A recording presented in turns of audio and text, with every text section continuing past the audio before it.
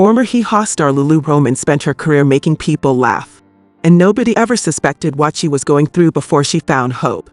From the outside, Lulu Roman's role on the long-running, highly popular TV variety show, Hee Haw, looked like the epitome of success.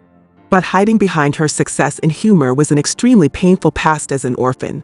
Drug addiction, low self-esteem, weight battles, all of the pain and problems didn't disappear once Lulu hit it big.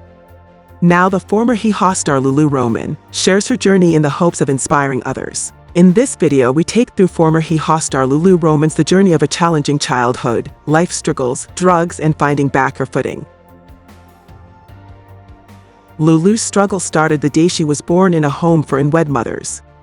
At age 4, her grandmother dropped her off at an orphanage, where she was raised. Despite the young age, Lulu remembers the moment in detail. "You think you don't have very many memories of a childhood, but I have vivid memories of September 10, 1950. That was the day I was dropped in an orphan's home." To make matters worse, Lulu has a thyroid dysfunction resulting in a lifetime battle with her weight. Food was a comfort, so matters only got worse. Lulu was called a fat kid and taunted with cruel songs such as "Fatty, Fatty, and can't get through the kitchen door." She wished for a family who would take her home, but none ever did. You stayed until you either were adopted, or your parents or your family came to retrieve you. Mine never did, and I never got adopted. They didn't adopt fat kids. Lulu stayed at the orphanage until she was 18. The deep sense of rejection already poured into Lulu's life only got worse. She longed for the normal life everyone else had. You sat in your closet and you cried. You sat in the window and you watched the cars drive by. You thought, if I could just have a mom or a daddy, or a brother or a sister, or a room of my own. I never had a bicycle. I never had a puppy. I never had any of those things that normal people had. Laughter became her medicine. She turned to her God-given talent for humor in order to cope.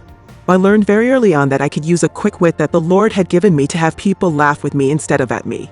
It was Lulu's ability to make people laugh that caught the attention of country star and Hee Haw host, Buck Owens.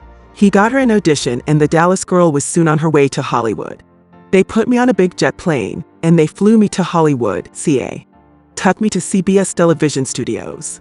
The first person I saw was Carol Burnett. I'll never forget as long as I live. She met us in the hall and said, "Shut your mouth, child. You're fixing to be one of us." By this point in her life, Lulu had discovered drugs. In fact, she was high at the audition. And when the show became a hit, her addiction only worsened. In fact, it lost her spot on the show for a year. During that time, she also found out she was pregnant and alone. Nope, not married. It left there very bitter, very angry, thinking that if there was a God, he certainly didn't love me because he dumped me. The addiction deepened. The news changed nothing as far as Lulu's drug habit, it only got worse. I'd gone past popping pills and smoking dope. I had needle marks in my arms. No one told me not to do drugs when I was pregnant. I was the fat girl and nobody cared, she said. As a result, Lulu's son Damon came into this world addicted to drugs. And it looked like there was no hope.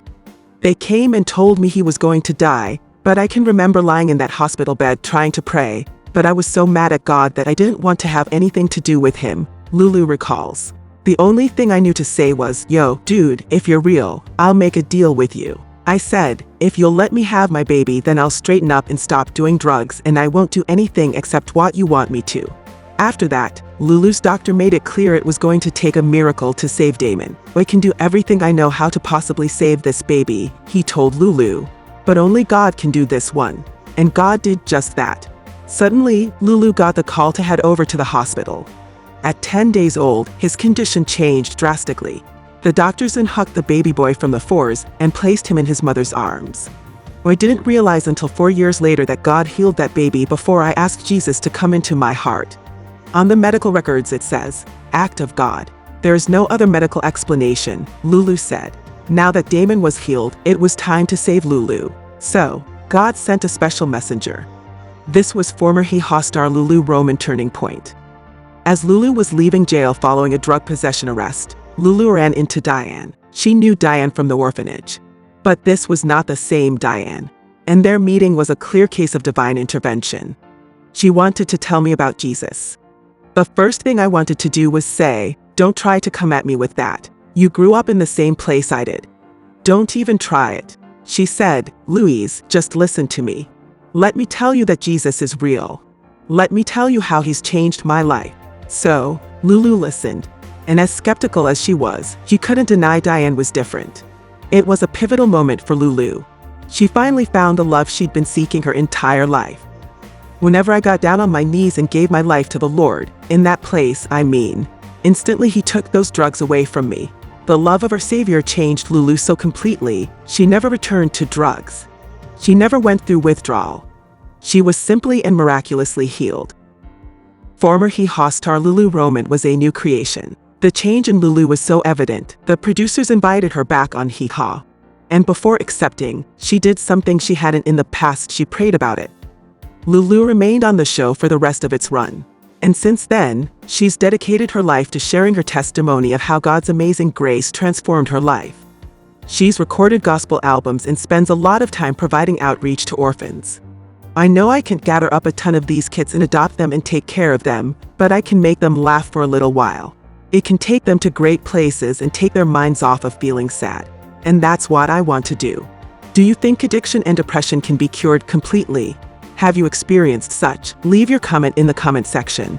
We would be happy to sample your thoughts. Give this video a like. Subscribe to our channel for more captivating stories about your favorite stars.